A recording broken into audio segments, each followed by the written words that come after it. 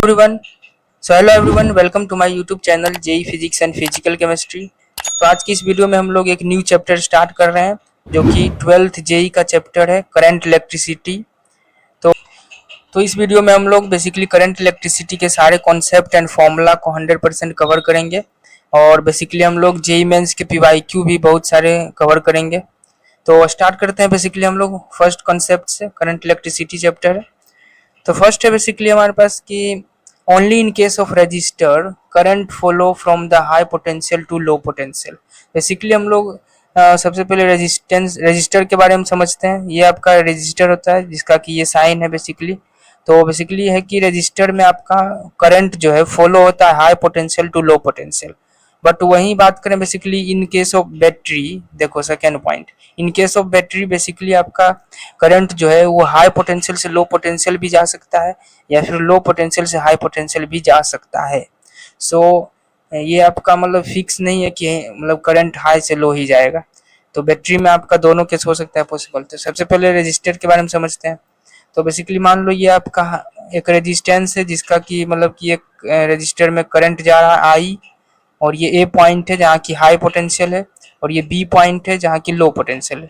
तो overall delta we की बात करें, डेल्टा वी आपका है बेसिकली आपका पोटेंशियल है, चेंज इन पोटेंशियल बोल सकते हो basically. Overall V A minus V V, because V A आपका हाई पोटेंशियल है माइनस लो पोटेंशियल।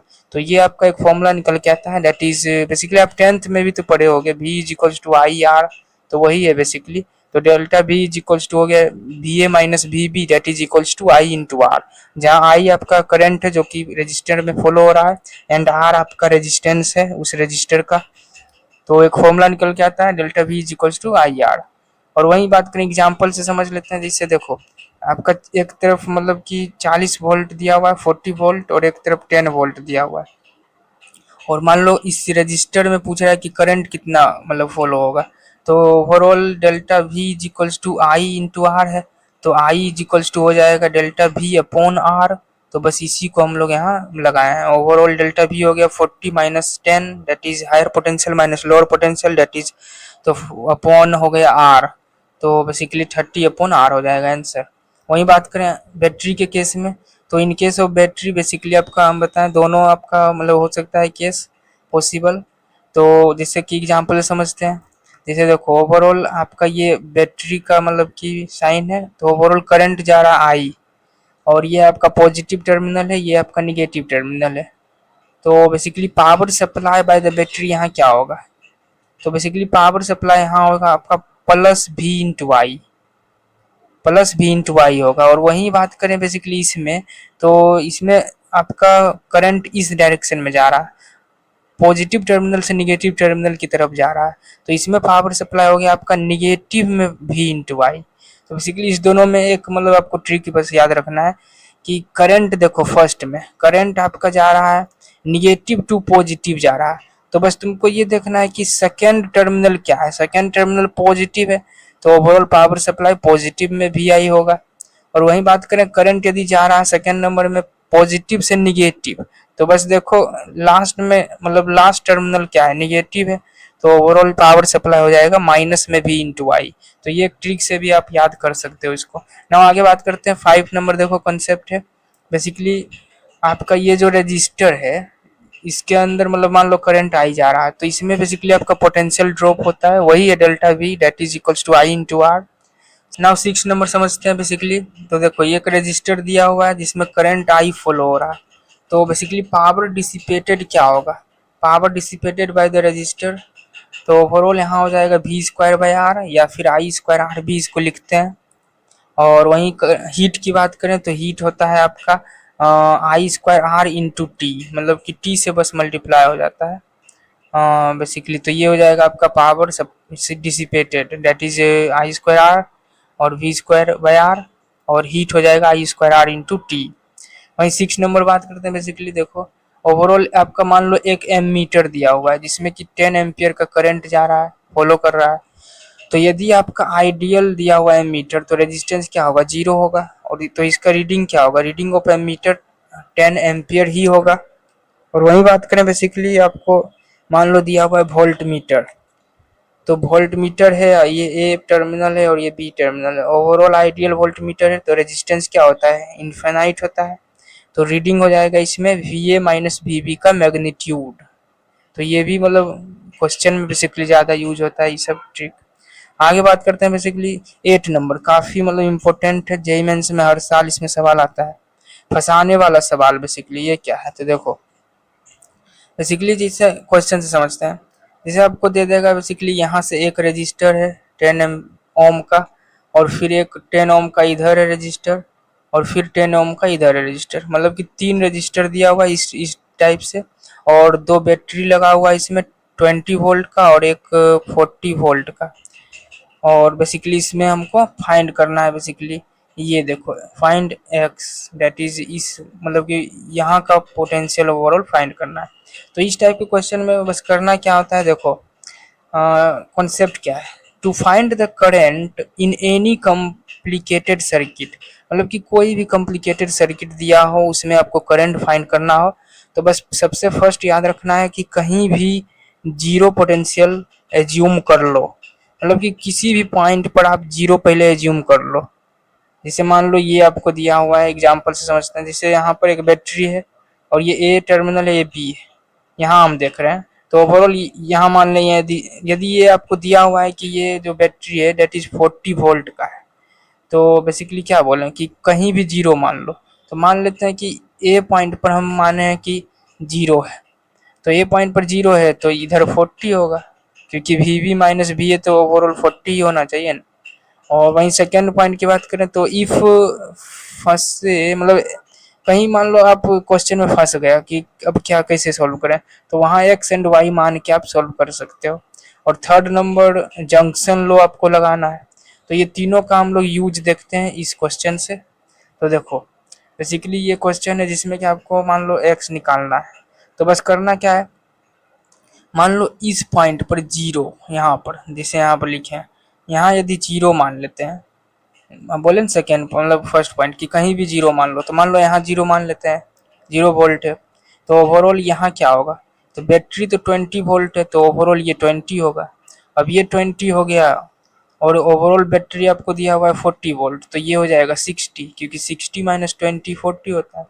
तो ओवरऑल आपको 2 पॉइंट का पोटेंशियल पता चल गया, इस पॉइंट पर जीरो है, बीच में आपका 20 है और लास्ट में यहाँ 60 वोल्ट है, ये पता चल गया। अब यहाँ मान लो हमको क्या माने, तो एक्स मान लेंगे, यहाँ पर एक्स मान लिए। अब ओवरऑल करंट का सम जीरो करना है, बस जंक्शन लो, ओवरऑल करंट का सम जीरो करना है। तो मान लो इसमें जा रहा है I1 करंट, इसमें I2 करंट, इसमें I3 करंट। तो ओवरऑल देखो करंट का फॉर्मूला क्या होता है, I is equals to delta V by R, तो बस यही लगाना है। तो I1 करंट की बात करें तो आपका x माइनस जीरो अपॉन 10 होगा, डेल्टा वी है potential difference, that is X minus zero, और अपॉन रेजिस्टेंस आई, मतलब फर्स्ट रेजिस्टेंस 10 ओम का है तो 10, और plus x minus 20 upon 10 plus x minus 60 upon 10। तो ओवरऑल इसको जब सॉल्व करेंगे तो आपका आ जाएगा X is equals to 80/3, that is the answer. तो बहुत ही आसान है बेसिकली, और ओवरऑल सारे मतलब कि सब पॉइंट में आप करंट निकाल सकते हो। तो I1 हो जाएगा आपका डेल्टा वी बाई आर करेंगे तो डेल्टा वी तो अब आपको पता चल ही गया, अपॉन आर कर देंगे तो आपको I1 I2 और I3 भी निकाल सकते हो आसानी से। और आगे बात करते हैं basically, right the current direction in if only resistance given. अच्छा मतलब कि रेजिस्टेंस यदि दिया हुआ है तो करंट डायरेक्टली फाइंड करने के लिए कह रहा है। ओ बहुत ही आसान है और बहुत इंपॉर्टेंट भी है, काफ़ी इंपॉर्टेंट है। यदि आपको बस रेजिस्टेंस दिया हुआ है और करंट निकालना है तो देखो कैसे निकालेंगे। मान लो ये आपका एक सर्किट दिया हुआ है जिसमें करंट आई जा रहा है और ये दो भाग में ब्रेक हो जाता है, डेट इज R1 रेजिस्टेंस वाला सर्किट और R2 रेजिस्टेंस वाला। और R1 में जा रहा है I1 करंट और R2 में जा रहा है I2 current. So overall I1 I2 मान लो हमको निकालना है, तो बस फॉर्मूला ये आपको याद रखना है, I1 is equals to R2 upon R1 plus R2 into I total. मतलब इसमें बस ट्रिक देखो क्या है, ट्रिक है बेसिकली कि जो भी आपको करंट निकालना है इज इक्वल्स टू हो जाएगा सामने वाला रेजिस्टेंस अपॉन टोटल रेजिस्टेंस गुने टोटल करंट, बस यही है ट्रिक, काफी आसान है बेसिकली। सामने वाला resistance upon total resistance into I total, बस कर दो, आपको करंट निकल जाएगा। जैसे I1 निकालना है तो I1 इज इक्वल्स टू हो गया आपका सामने वाला रेजिस्टेंस डेट इज R2, तो R2 upon total resistance R1 plus R2 into I total, तो I1 आपका निकल जाएगा। वहीं I2 की बात करें तो ये हो जाएगा आपका R1 डेट इज सामने वाला resistance R1 upon R1 plus R2 into I total, तो आप I2 करंट भी निकाल सकते हो। काफी आसान है बेसिकली। और आगे बात करते हैं। और इसमें बेसिकली देखो बहुत सारे क्वेश्चन ऐसा भी आता है कि मान लो बहुत सारा रेजिस्टेंस पैरेलल में दे दिया, तो बस करना क्या है, मान लो तीनों को दिया हुआ है पैरेलल में, तो then convert into two parallel circuit, मतलब कि इसको जो है इस दोनों को मान लो सोल्व कर लो, दो में बना लो, उसके बाद ये ट्रिक अप्लाई कर लो, तो ऐसा आप कर सकते हो ना। आगे बात करते हैं 10 नंबर। देखिए काफी इंपॉर्टेंट क्वेश्चन है हमारे पास 10 नंबर। देखिए काफी इंपॉर्टेंट क्वेश्चन है। बेसिकली इस टाइप के क्वेश्चन में बहुत सारा स्टूडेंट फंसता है। बेसिकली व्हीट स्टोन ब्रिज पहचानना भी मतलब बहुत इंपॉर्टेंट है, क्वेश्चन में इसे फंसाता है। जैसे देखो ओवरऑल फर्स्ट दिया हुआ है आपको, यहाँ से एक रेजिस्टेंस है 6 ओम का, और इधर है 2 ओम, इधर है 4 ओम, इधर है 2 ओम, इधर है 1 ओम। और तो बेसिकली बताओ कि इसमें व्हीट स्टोन ब्रिज है या नहीं। तो देखो व्हीट स्टोन ब्रिज में बेसिकली आपको क्या करना है कि जो आपका जो पोटेंशियल होता है ना बैटरी, वो आपका इस टर्मिनल में लगा होना चाहिए। ये इंपॉर्टेंट है, इसमें इस टर्मिनल में होना चाहिए लगा हुआ। ये क्या किया है, बीच वाले टर्मिनल में ही लगा दिया है बैटरी, तो ये आपका व्हीट स्टोन ब्रिज नहीं है, फर्स्ट वाला व्हीट स्टोन ब्रिज नहीं है। वहीं सेकंड की बात करें तो देखो ये ठीक है, व्हीट स्टोन ब्रिज है, क्योंकि ये है आपका रेजिस्टेंस 6 ओम, इधर 2 है, इधर 4 है, इधर 1 है, इधर 2 है, और इस टर्मिनल में लगाया है बैटरी। तो एक तो ये ट्रिक है पहचानने का, और एक ये है कि बेसिकली व्हीटस्टोन ब्रिज के लिए आपका रेशियो जो होना चाहिए रेजिस्टेंस का वो इक्वल होना चाहिए।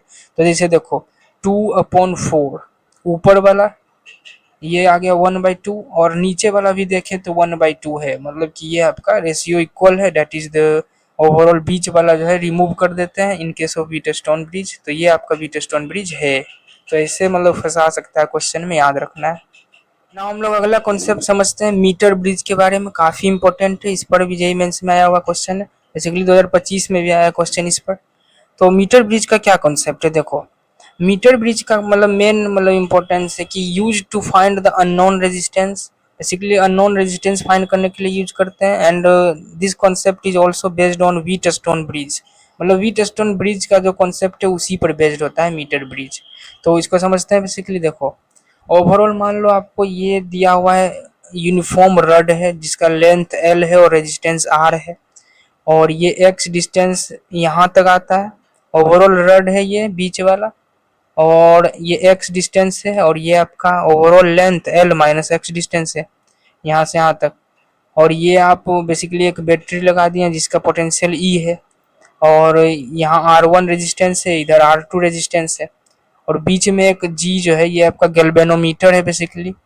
तो ओवरऑल मीटर ब्रिज का कॉन्सेप्ट ये है कि गैल्वेनोमीटर में जो है ना ओवरऑल करंट जीरो कर दो, बस यही है इसका कॉन्सेप्ट।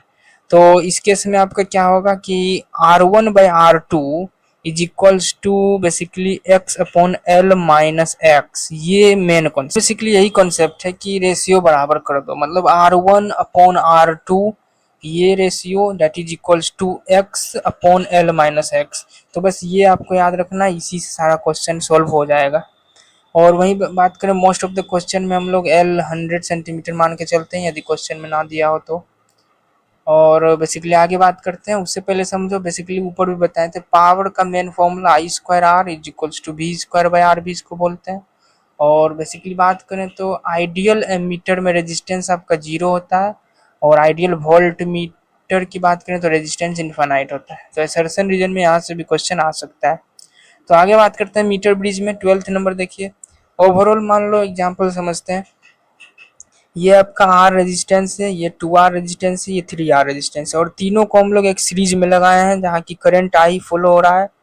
तो बेसिकली बात करें इन सीरीज के केस में हम लोग बेसिकली ज़्यादातर केस में पावर का ये फॉर्मूला इस्तेमाल करते हैं, that is I²R, power is equals to I² into R। और बेसिकली यहाँ पर क्योंकि I आपका सेम है, करंट सेम है बेसिकली सब रेजिस्टेंस के लिए, इसीलिए। और तो बेसिकली यहाँ जिसका रेजिस्टेंस ज़्यादा होगा उसका पावर ज़्यादा होगा, यहाँ से हम बता सकते हैं। तो बेसिकली रेजिस्टेंस किसका ज़्यादा है, 3R का, तो बेसिकली थर्ड का पावर ज़्यादा होगा, तो P3 is greater than P2 is greater than P1, ये हो गया पावर का ऑर्डर। वहीं 13 नंबर बात करें, बेसिकली मान लो आपको रेजिस्टेंस पैरेलल में दिया हुआ है R 2R 3R, तो इस केस में क्या कॉन्सेप्ट है कि आपका पोटेंशियल सेम होता है in parallel combination, basically potential same होता है, तो हम लोग ये फॉर्मूला इस्तेमाल करते हैं पावर के लिए, V²/R, जहाँ की पोटेंशियल सेम है तो power is inversely proportional to हो जाएगा रेजिस्टेंस, तो P यदि ज़्यादा हुआ तो R कम, R यदि ज़्यादा हुआ तो P कम, तो ओवरऑल रेजिस्टेंस किसका ज़्यादा है, 3R का, तो इसीलिए थर्ड का पोटेंशियल मतलब कि थर्ड का पावर कम होगा, तो P1 is greater than P2 is greater than P3 हो जाएगा। तो काफ़ी मतलब इम्पोर्टेंट कॉन्सेप्ट है, क्वेश्चन में ज़्यादातर यूज है इसका। बेसिकली इन पैरेलल या फिर इन सीरीज की बात करें तो दोनों के लिए आपका पावर जो होता है वो ब्राइटनेस के डायरेक्टली प्रोपोर्शनल होता है, ये भी इम्पोर्टेंट है बल्ब के केस में। बल्ब की बात करें बेसिकली ब्राइटनेस की, तो overall power is directly proportional to brightness होता है। सो ऊपर आपका B3 का ज़्यादा होगा ब्राइटनेस, क्योंकि पावर ज़्यादा था फर्स्ट केस में।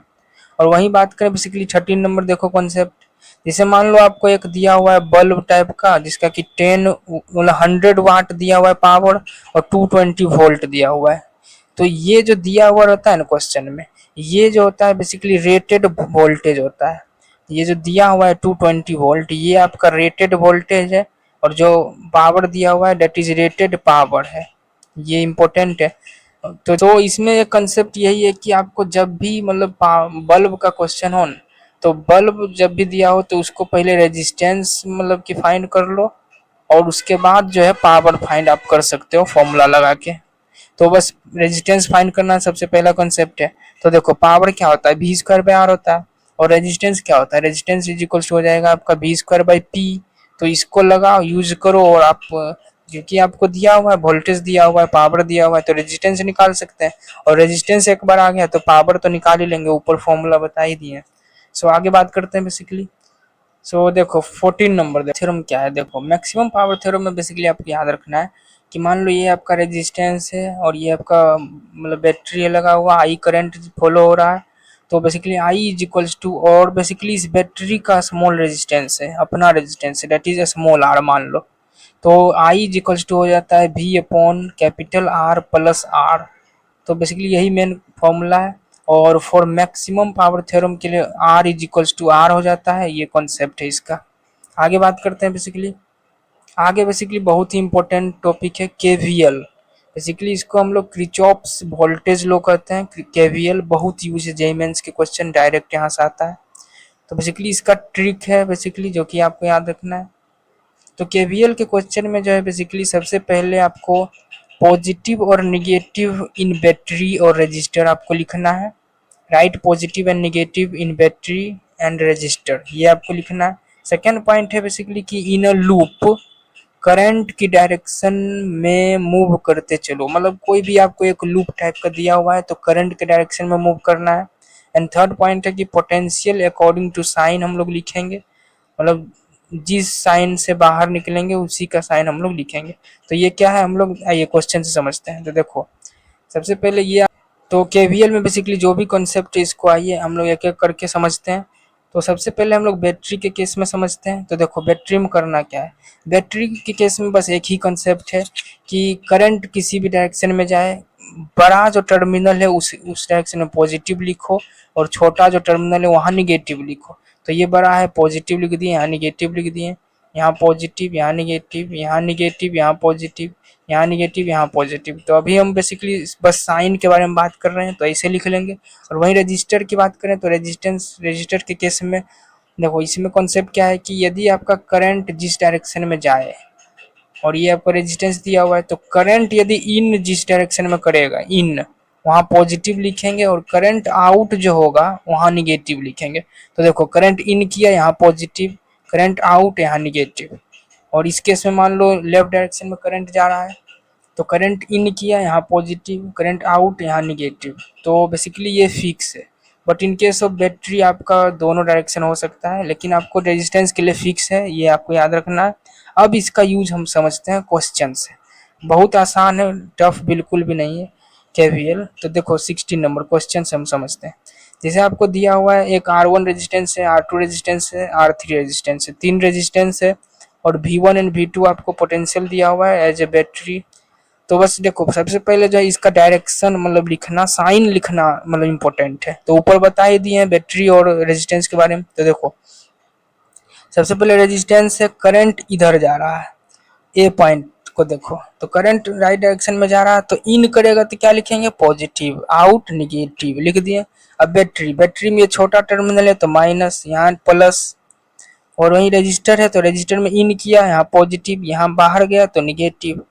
यहाँ बैटरी की बात करें तो बड़ा टर्मिनल है पॉजिटिव, छोटा टर्मिनल है निगेटिव। रेजिस्टेंस की बात करें R3 की तो यहाँ इन किया पॉजिटिव, आउट किया निगेटिव। तो ये सब पहले हम लिख दिए साइन। अब देखो केवीएल का मतलब बहुत हम लोग कैसे यूज करते हैं।